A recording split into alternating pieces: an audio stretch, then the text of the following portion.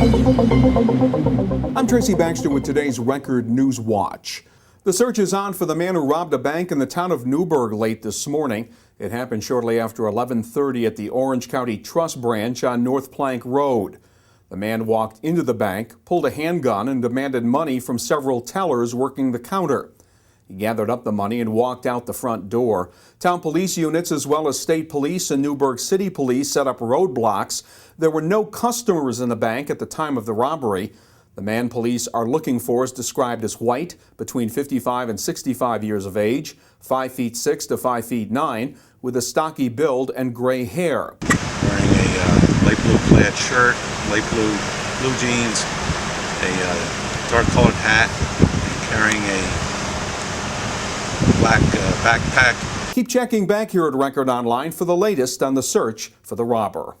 The days appear to be numbered for the Sullivan County Federation for the Homeless, the agency that provides hot meals and other services for low-income residents at their building in Monticello. A sign on the front door told the story. Federation will serve its last meal on July 29th. The loss of a State Department of Health grant of $125,000 is the reason. Program Administrator Steve White was hoping for some 11th hour help, but he wasn't holding his breath. We have contacted Aileen Gunther and John Bonasek's office, and they've been very supportive and helpful over the years to see what they can do. Unfortunately, I think it's just a sign of the times. I know they're trying, but I think the state has been slashing and cutting across the board. I don't think we're at the top of the priority list.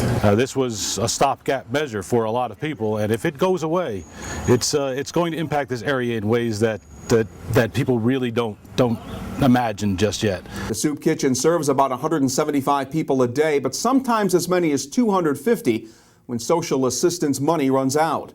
The Federation currently serves 44,000 hot meals and helps 130,000 through area food pantries. White says he hopes other organizations will somehow be able to pick up the slack.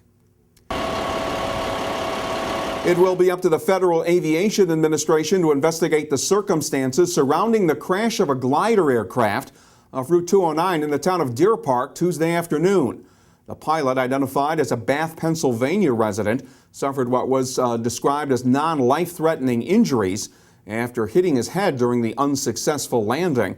State police say it appears the pilot was trying to land in an open field at New Hope Farms in Huguenot along Route 209 and Neversink Drive. I looked up and I saw him just as he was touching down on the ground, and he was just about 100 feet. This field is well over 1,000 feet, and he was just 100 feet from the road. I thought, that's a bad place to touch down.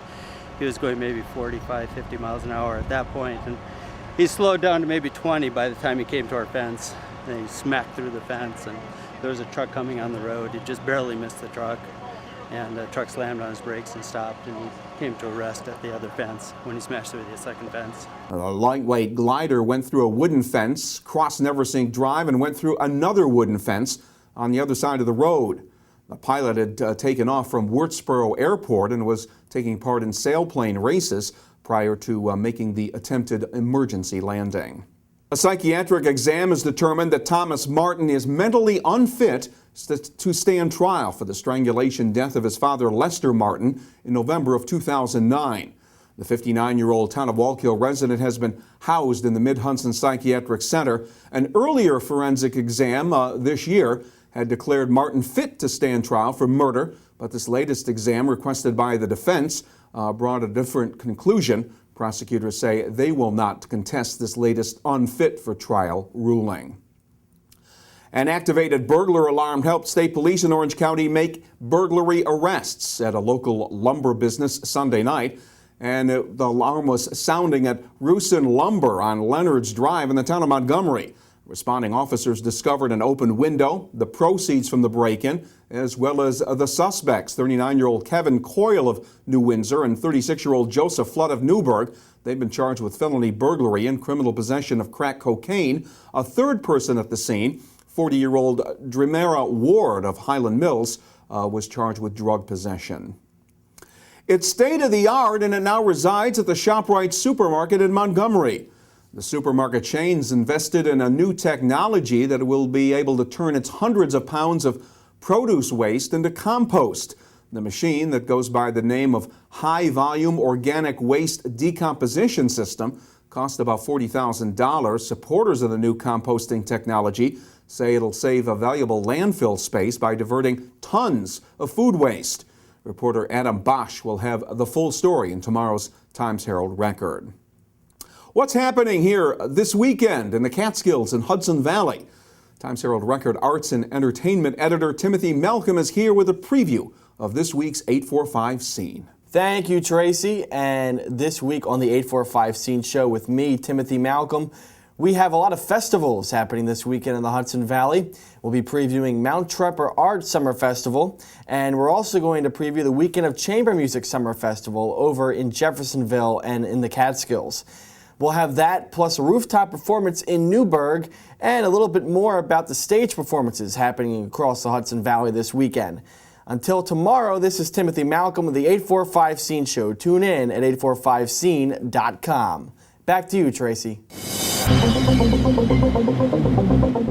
Better brace yourself for more hot, humid weather in the next couple of days. We'll see a mix of sun and clouds tomorrow amid all the humidity, and a shower or two may move through the region. Temperatures will reach the upper 80s. Friday will be partly cloudy, hot and humid, with temperatures approaching 90 degrees. And once again, a late day shower is a definite possibility. Stay with Record Online for breaking news and get a complete look at all that is happening in tomorrow's edition of the Times-Herald Record. For Record Newswatch, I'm Tracy Banks.